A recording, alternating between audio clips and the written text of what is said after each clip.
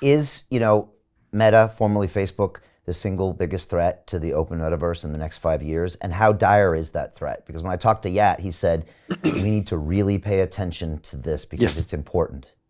Yes. No, it is dire. It is dire because they have so much influence. I mean, let's not even get into the discussion of politics.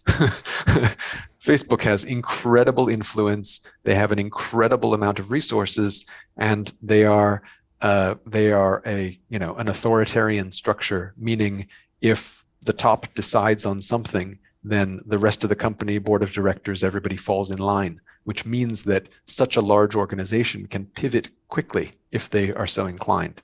So I think companies like Facebook, potentially Tencent, are the ones who are best positioned to try to take a shot at controlling the metaverse.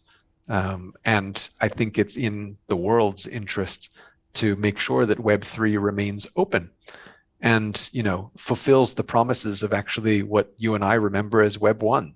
Because when the internet began to be a mainstream thing back in the 90s, the idea was that it was going to be free and democratic access to information for everybody in the world.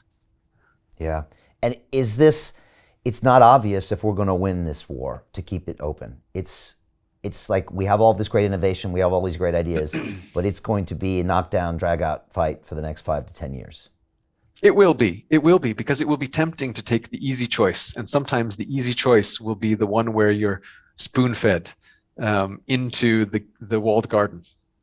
Right. And you have all these apps and all these social platforms that go right there, and the currency is being given to you. And all of a sudden, you've already got the Oculus at home, right? And so, yeah.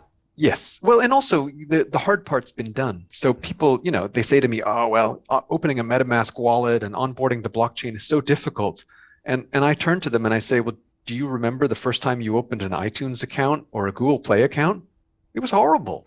It took a long time. But the point is, you did that years ago. So now they've got you. Right. Now everything is easy because they've already taken all your information. How many credit cards do you have registered with Google and Apple already, or Amazon? So onboarding for them is simple because you're already on board.